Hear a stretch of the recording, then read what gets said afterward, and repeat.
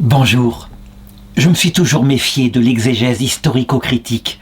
J'appartiens en effet à une génération qui a fait ses études dans les années 80, à une époque où on ne discutait, on ne pensait que par cela pour lire l'Écriture sainte. Il n'y avait rien d'autre.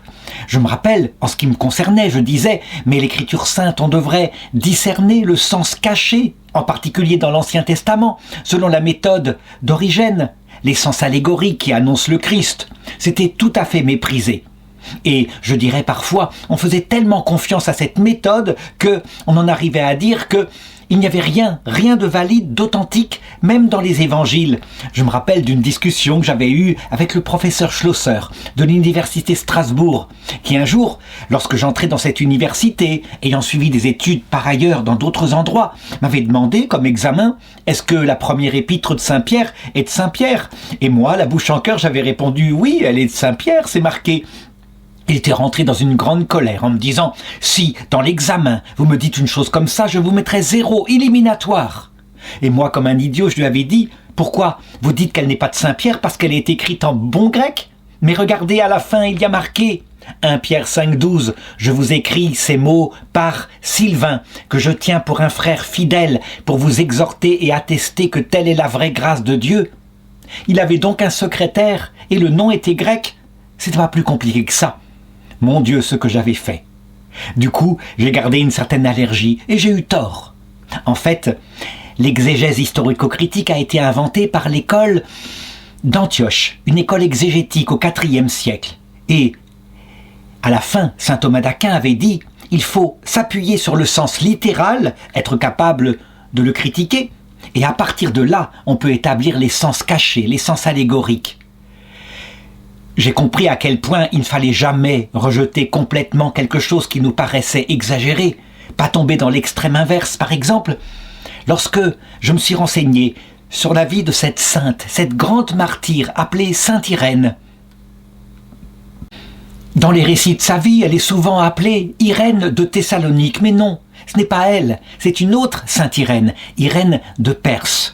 Cependant, le récit de sa vie contient au hiéromoine, le moine prêtre qui s'appelait Macaire, du monastère de Simonos Pétras, eh bien celui-ci n'avait peut-être pas assez le sens critique au point qu'il rapporta, comme cela, tout ce qu'il avait pu récolter sur son histoire. Et le récit, évidemment, on le voit bien, est un conte fabuleux. Ça va beaucoup trop loin. Comment est-ce que je peux dire ça? Eh bien, simplement en regardant les histoires des saints, actuels, contemporains, ce qu'ils ont vécu, et Dieu sait s'il y a un nombre incroyable de martyrs. Oui, ils ont eu des signes, ils ont été aidés par Dieu. Parfois, la souffrance, ils ne ressentaient rien. Oui, mais je dirais, ce n'était pas un festival de magnificence. Le festival de magnificence sera donné dans l'autre monde lorsque tout sera révélé. En particulier pour les bourreaux. Ici-bas sur terre, Dieu donne quelques petits signes, il se cache, comme il l'avait dit. De signe, il ne vous sera donné que le signe de Jonas, de même que Jonas est resté 3 jours dans le ventre de la baleine, avant de ressusciter, d'être jeté sur le rivage, de même en sera-t-il pour le Fils de l'homme, ce qui signifie que tout nous apparaîtra en pleine lumière, dans notre passage par la mort. Je vais donc, parce que, justement, je ne voudrais pas me comporter comme le professeur Schlosser, je vais donc raconter d'abord ce que dit, le synaxaire du hiéromoine Macaire, et puis en donner mon interprétation à la lumière des saints modernes, à chacun de se faire une idée. Et si quelqu'un veut rejeter complètement ce que je dis, alors ce n'est pas grave, parce que Dieu est capable effectivement de faire tout cela. L'une des choses que je me demanderais effectivement, c'est est-ce vrai que, alors, la grande martyre Irène de Perse serait elle aussi montée avec son corps au ciel et qu'on aurait retrouvé son tombeau vide 3 jours après sa mort, comme c'est le cas pour la Vierge Marie, qu'elle aurait connu une assomption. Donc, une vraie question, mais attention, encore une fois, il ne faut pas la résoudre trop vite. C'est possible, c'est tout à fait possible qu'on se souvienne, par exemple, il est raconté au moment de la Passion de Jésus, quand le rideau du temple se déchira de part en part, Matthieu 27, 51, voilà que des tombeaux s'ouvrirent, de nombreux corps de saints trépassés ressuscitèrent, ils sortirent des tombeaux après la résurrection, ils entrèrent dans la ville de Jérusalem et se firent voir à bien des gens. ce qui semble indiquer que, effectivement, dans l'autre monde, où il y a énormément de gens qui ne sont pas encore ressuscités, il y a sans doute plus que la Vierge Marie, qui a retrouvé déjà son corps, en prémisse de ce que nous vivrons, nous, à la fin du monde.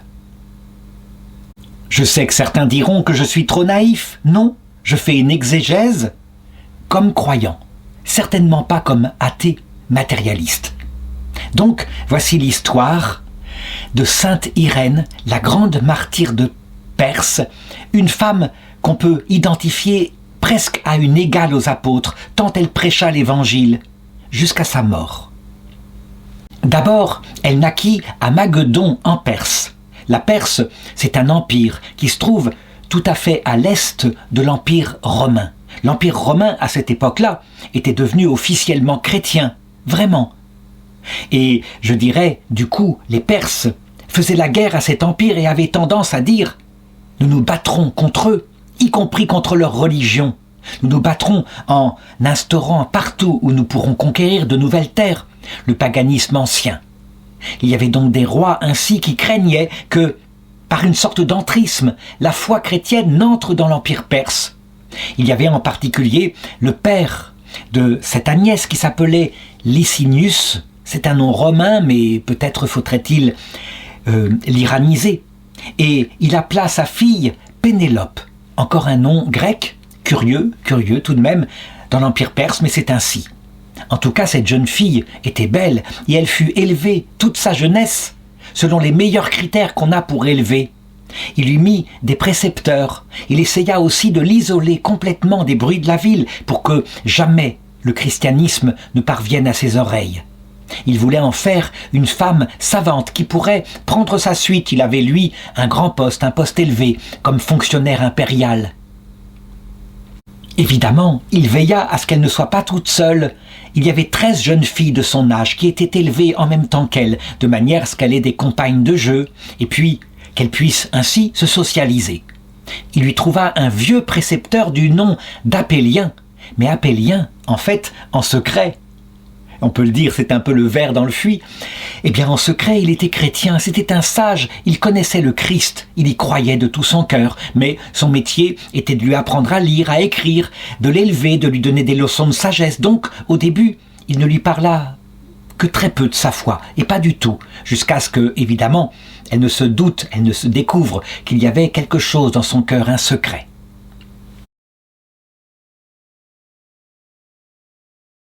Il est possible qu'elle s'en soit rendue compte un jour où, alors qu'elle dormait, elle était maintenant devenue une belle jeune fille, 15 ou 16 ans, magnifique, tout en fleurs.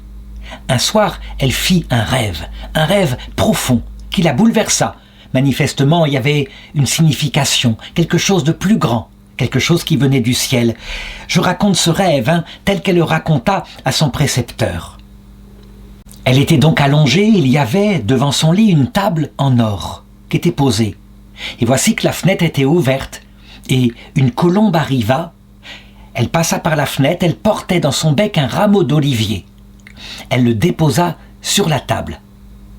Elle s'en alla. Puis, un aigle parut. Il fondit, lui aussi, dans la pièce, sur la table. Il portait dans son bec une couronne de fleurs. Il déposa la couronne de fleurs sur la table. Il s'en alla. Enfin, un troisième oiseau apparut, un corbeau, sinistre, noir. Il portait dans son bec un serpent. Il le laissa tomber sur la table, et c'est là qu'elle se réveilla. Elle fut perplexe, elle se demandait ce que ce rêve pouvait signifier. Et donc, elle s'en ouvrit à son vieux précepteur qui était un sage, et c'est là qu'il lui parla, en lui disant « Jeune fille, tu n'as pas fait simplement un rêve, mais manifestement, c'est ton avenir qui a été annoncé. Le sens en est pour nous, chrétiens, il lui a voix, en est pour nous évident, à partir des symboles qu'on trouve dans l'Ancien Testament. La colombe, source de paix, indique que ta jeunesse, ton enfance a été comblée de grâce. Tu es né de parents riches, tu as eu une bonne éducation. Et la couronne de paix que tu as eue montre la bonne éducation qui a fait de toi une jeune fille accomplie. Ensuite, l'aigle, l'oiseau qui voit loin, qui est performant l'oiseau contemplatif signifie chez nous, chrétiens, celui qui voit dans le cœur de Dieu.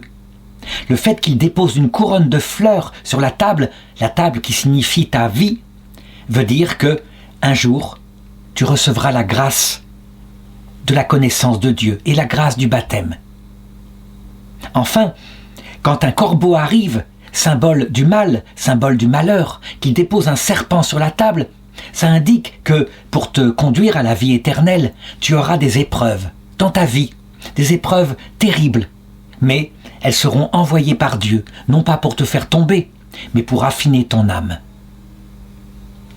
À la fin de la conversation, Pénélope, qui vraiment avait trouvé de manière limpide la signification de son rêve, lui demanda de l'initier au mystère de sa foi, et c'est là qu'il lui parla du Christ, Dieu, créateur de l'univers, venu sur terre au milieu des temps, qui voulut raconter pourquoi on était sur terre, pas seulement par un discours, mais en mourant sur la croix, en ressuscitant, pour nous indiquer le chemin qui conduit à la vie éternelle, le chemin de la croix.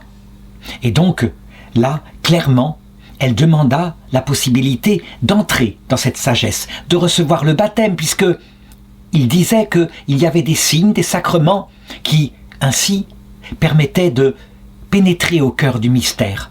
Elle fut donc baptisée de cette façon-là, sans que son père soit au courant. Et peut-être parce qu'il était prêtre ou évêque, eh bien, elle fut confirmée dans la foi. En même temps, la grâce entra dans son âme et l'aigle dont j'ai parlé, la connaissance de Dieu, au fur et à mesure qu'elle interrogeait son précepteur sur la foi, l'aigle lui faisait comprendre de l'intérieur, avec l'Esprit Saint, la signification de tout cela. Lorsqu'elle fut baptisée, on lui changea son nom, on lui donna un nom chrétien, elle s'appela maintenant Irène, encore un nom grec, ce qui est étonnant pour l'Empire perse, mais c'est un nom qui signifie la paix intérieure. Évidemment, comme ça se passe toujours dans ces cas-là, l'entrée de l'Esprit Saint dans son cœur provoqua un tel bouleversement qu'elle entra dans une grande ferveur, et elle se disait, par amour pour son père, quand elle passait dans la maison qu'elle voyait, l'autel où il avait établi les idoles de sa religion, probablement la religion masdéenne, elle se disait que c'était de la superstition. Et donc, à un moment donné, elle alla même, dans le dos de son père, et si elle en avait parlé à son précepteur, il lui aurait interdit. Mais elle alla même jusqu'à détruire certaines de ses idoles, discrètement d'abord, puis ostensiblement, et c'est ainsi que son père s'aperçut qu'il y avait quelque chose qui avait été changé en elle, et il l'interrogea. Et c'est là qu'elle lui avoua qu'elle était devenue chrétienne, ce qui était pour lui une vraie catastrophe. Il ne partageait pas cette foi, et dans l'Empire perse, la foi chrétienne, qui était plutôt l'entrisme de l'Empire romain d'Orient, elle était interdite. Évidemment, pour un père de famille comme Licinius, le fait qu'une fille ainsi se détache de son autorité était impensable. Dans ces civilisations, là, eh bien dans l'Orient, la paternité était très forte et les pères avaient souvent droit de vie et de mort sur leurs enfants désobéissants. Évidemment, il ne la tua pas, mais il exerça sur elle son autorité, et voici ce qui est raconté par rapport à l'épreuve qu'il voulut mettre lorsqu'elle refusa aussi d'épouser un prétendant qui lui présentait. Parce qu'il rêvait, avec une si belle jeune fille qu'il avait bien élevée, de faire un beau mariage, de faire alliance avec d'autres familles persanes. Mais elle ne voulait pas.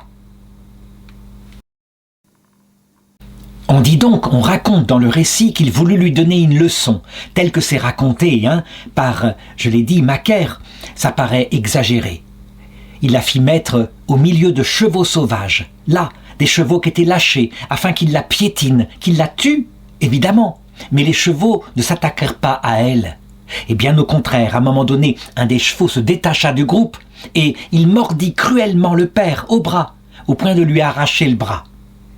Et elle, par sa prière, elle guérit le bras de son père et son père en fut bouleversé.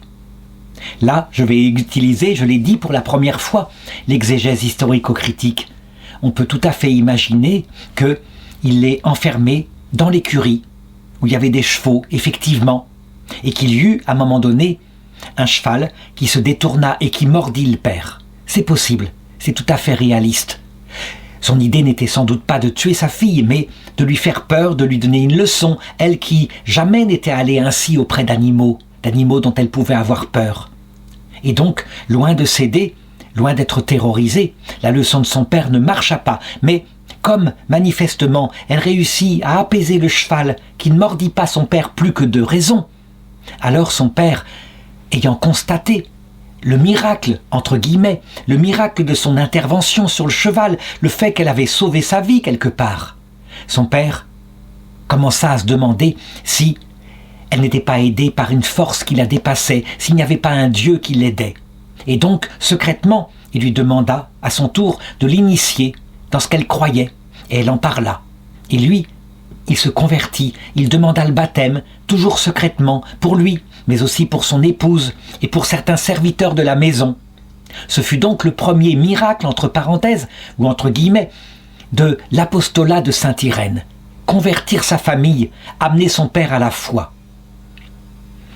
Pourquoi est-ce que j'ai édulcoré le récit tel qu'il est raconté par Macaire ? Eh bien, tout simplement parce que j'essaye de le rendre humain, d'autant plus que arracher un bras arraché par un cheval, c'est des choses qui, évidemment, semblent plutôt est-ce que le père a ressenti, le bras a failli être arraché. C'est possible que cela indique son ressenti plus que la réalité, mais ça n'empêche, il a vu un signe dedans. À partir de là, le père se mit à respecter Irène, Sainte Irène maintenant, je l'appellerai comme ça, le nom de Pénélope était parti, et elle vécut dans la maison de son père, avec son maître Apélien qui continuait à lui donner les leçons. Elle vécut un peu, à partir de cette époque, comme une sorte de religieuse de maison. Ça veut dire avec une règle intérieure, pas un vrai monastère, mais tout de même une consécration de sa virginité à Dieu, ne voulant tout consacrer que pour obtenir le salut éternel. On la voit dans les représentations, elle est représentée avec une couronne de reine sur la tête, ce qui signifie aussi symboliquement que, aux yeux de Dieu, manifestement, par la pureté de son comportement, les efforts qu'elle faisait sur elle-même, elle était comme une reine de son cœur. Et maintenant, à partir de maintenant, tout ce qu'elle demanderait depuis le ciel ou depuis la terre pour le ciel, elle l'obtiendrait. C'est ainsi, normalement, c'est comme ça que ça se passe quand on est dans la vision béatifique. Mais manifestement, à cause du grand cheminement qu'elle fit, et probablement sans doute parce que elle avait vécu dans le désert loin du Christ pendant tant d'années et sa ferveur était intense, eh bien, le ciel l'écoutait. Irène, quant à elle, parlait à ses amis autour d'elle et ses amis suivaient, découvraient la nouveauté de cette religion et la présence de l'Esprit Saint faisait des milliers de conversions, si bien que la nouvelle ainsi que le christianisme se répandait dans la ville parvint aux oreilles du préfet de la ville qui s'appelait Sédécius. Et Sédécius, on lui dénonça aussi d'autres choses, à savoir un scandale. On accusait Apélien, le vieux maître d'Irène, de vivre avec elle, donc, en gros, de l'avoir comme maîtresse. Ainsi donc, ayant un motif pour le convoquer, il le convoqua, il l'interrogea sur ses relations avec cette jeune fille. C'était quelque chose d'aberrant, effectivement, qu'un vieillard couche ainsi avec une adolescente. Mais lui raconta simplement qu'elle était chrétienne, que lui aussi était chrétien, et que comme tous les chrétiens, il vivait dans la chasteté, qu'il était simplement son père spirituel, lui apprenant peu à peu, comme il l'avait fait dans son enfance, à connaître toutes les sciences, la littérature, mais aussi sa foi chrétienne. À cette époque-là, dans l'Empire perse, je l'ai dit, la foi était interdite, mais il n'y avait pas eu de décret d'extermination, de persécution, comme dans l'Empire romain. Sédécius se contenta donc de convoquer Irène, de lui mettre une limite, de lui interdire de prêcher. C'était interdit, et il s'efforça même de lui dire de sacrifier au dieu de la Perse, le dieu soleil en particulier. Mais elle confirma fermement sa foi au Christ, le Christ seul Dieu, et elle refusa de sacrifier à des choses qu'elle considérait comme les idoles. Le récit du moine Macaire dit alors que Sédécius ordonna qu'on la jette dans une fosse remplie de vipères et de serpents, et qu'elle y resta 10 jours, sans être jamais blessée, car un ange du Seigneur la protégeait et lui apportait de la nourriture. Que Sédécius attribua ce miracle à de la sorcellerie et soumit Sainte Irène à de nombreuses autres tortures, mais elle resta indemne. On peut, là encore, faire de l'exégèse et dire que, probablement, cela signifie qu'il l'a mis en prison, qu'elle resta ainsi, qu'il la condamna à une peine, pensant que, à cause de sa jeunesse, l'angoisse d'être séparée de ses parents, de n'être plus avec ses amis, eh bien, suffirait à la faire revenir à la raison. Et donc elle connut dans sa prison, comme par exemple on lit dans la vie de Sainte Jeanne d'Arc, elle aussi mise en prison, toutes les angoisses qui allaient, que le Seigneur du haut du ciel dispensait pour que son cœur s'affine, la nuit des sensations peut-être, avec des joies sensibles aussi. Le Seigneur ne l'abandonna pas, mais lui apprenant peu à peu à se détacher de cette présence brûlante du Seigneur qu'il lui donnait au début de sa conversion, pour qu'il l'aime pour lui-même. Ce qui est sûr, c'est que cette peine de prison la fit sortir encore plus chrétienne. Elle mûrit, elle s'approfondit. Comment pouvais-je dire ça? Eh bien simplement en regardant les écrits de Sainte Thérèse d'Avila, comme elle décrit les cheminements de la vie spirituelle à travers des nuits intérieures, effectivement. Et ainsi, le corbeau noir, qu'elle avait vu en rêve jadis, déjà venait un peu dans sa vie, mais progressivement, peu à peu. Puis, elle fut libérée de prison, et devant sa foi qui maintenant s'était approfondie, était une foi d'adulte de plus en plus, il continua d'y avoir beaucoup de conversions.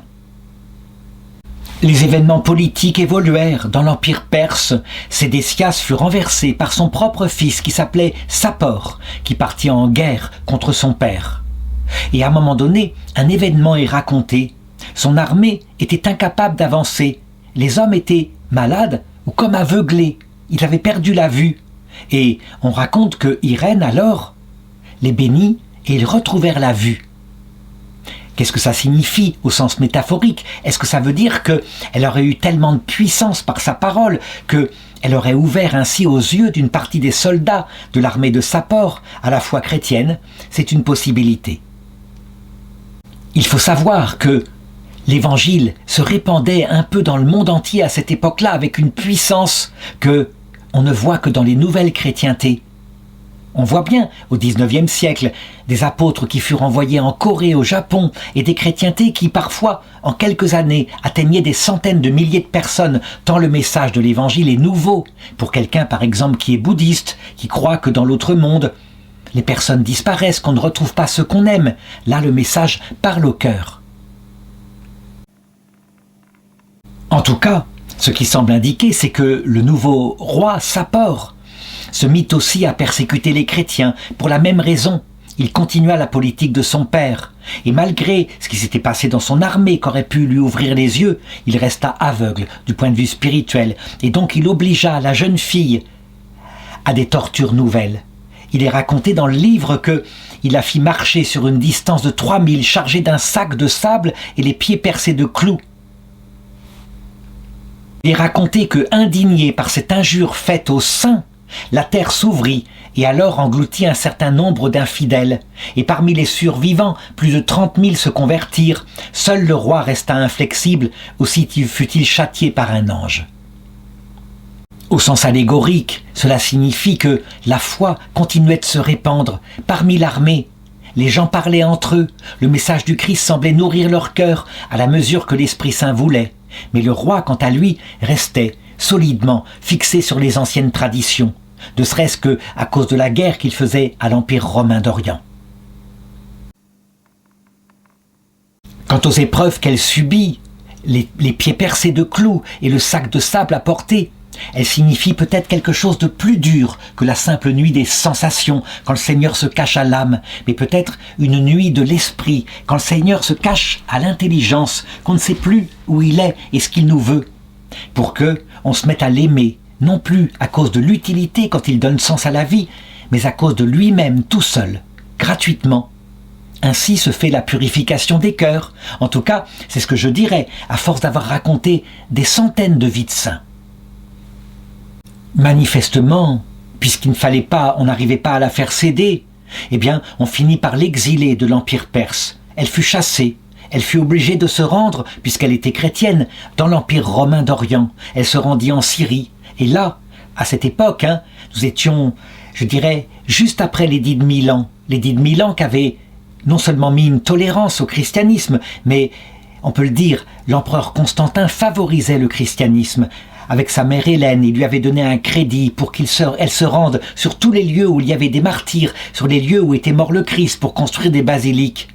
Il y avait donc encore énormément de païens à cette époque-là. Ce n'est que beaucoup plus tard, bien après la mort de sainte Irène, que l'Empire romain deviendrait officiellement chrétien et que le paganisme ne serait plus toléré.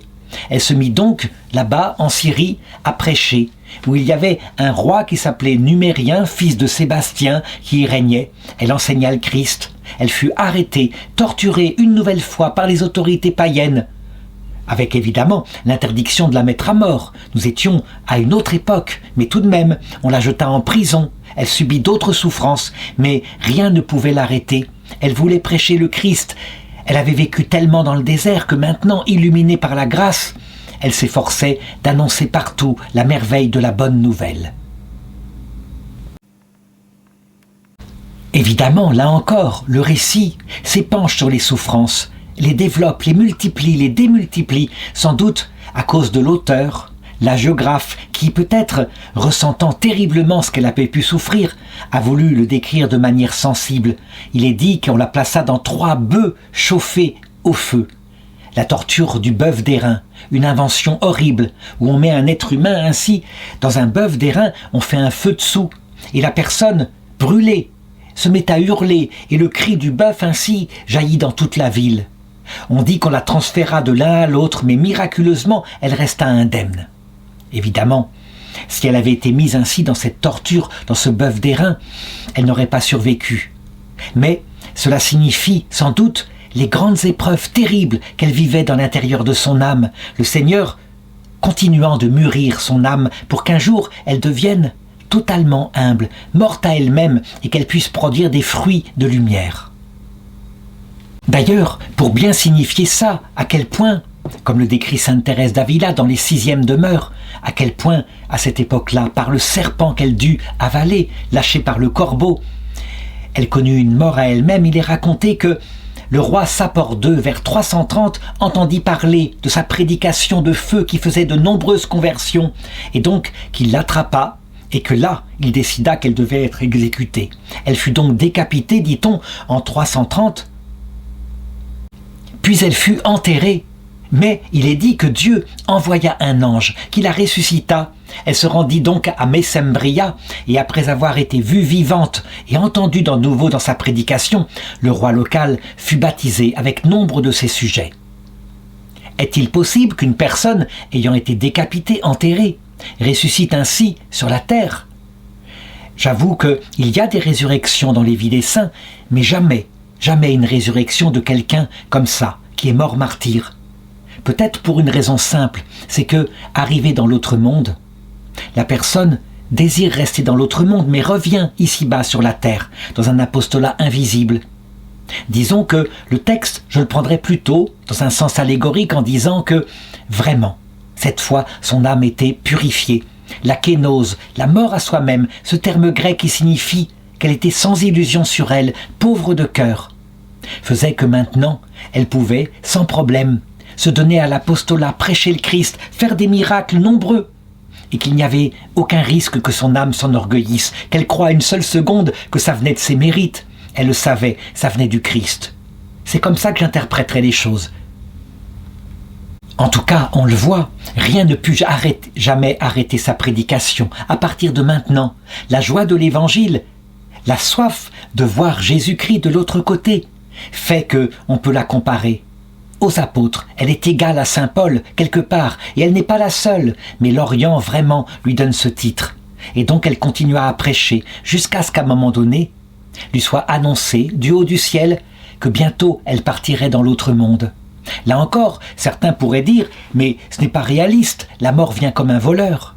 Non, il y a certaines histoires de saints qui tellement aspirent à la vie éternelle que l'annonce leur est faite. Effectivement, pour eux, la mort ne vient pas comme un voleur, ce n'est pas la peine. Ils l'attendent.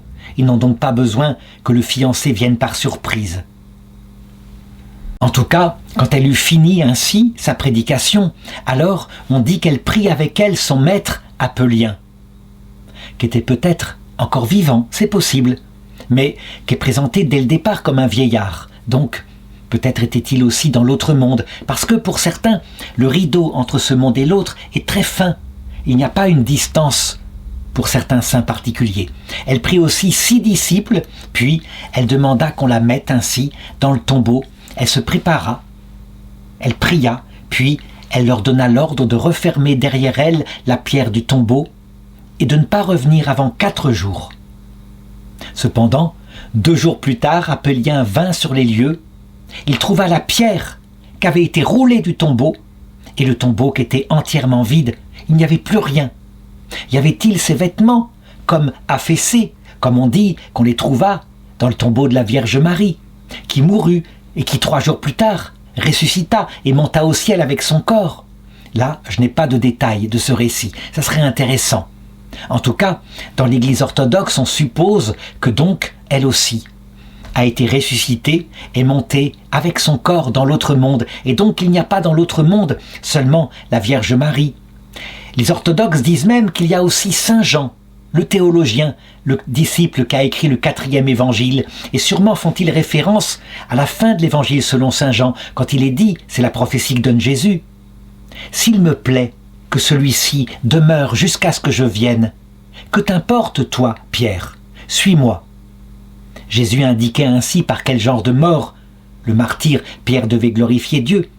Quant à Jean, il commente en disant, en fait, Jésus n'avait pas dit que je ne mourrai jamais, mais il avait dit « s'il me plaît qu'il demeure ici jusqu'à ce que je vienne », ce qui indique plutôt qu'il est mort dans son lit, le seul apôtre qui n'est pas mort martyr, que le Seigneur est venu le chercher ainsi alors qu'il était très vieux, qu'il est dans l'autre monde, mais qu'il est bien mort. Mais certains orthodoxes disent ce texte mystérieux signifie qu'il n'est pas mort du tout, qu'il reviendra et qu'il est avec son corps dans l'autre monde. C'est une possibilité.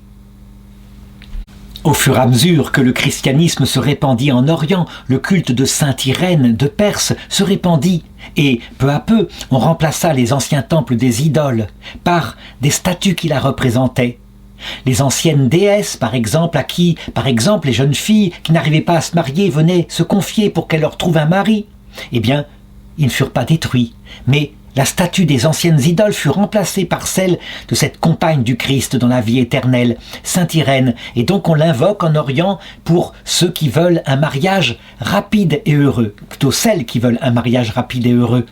Et puis, en Grèce, elle est la patronne des policiers. En tout cas, on raconte qu'elle est l'une des 12 vierges martyrs qui apparurent à la fin du XIXe siècle à Saint-Séraphin de Sarov, avant qu'il ne monte dans l'autre monde. C'est possible.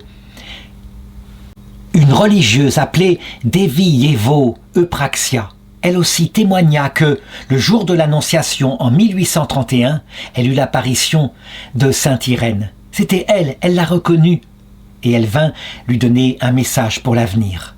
En tout cas, c'est une grande sainte comme on le voit.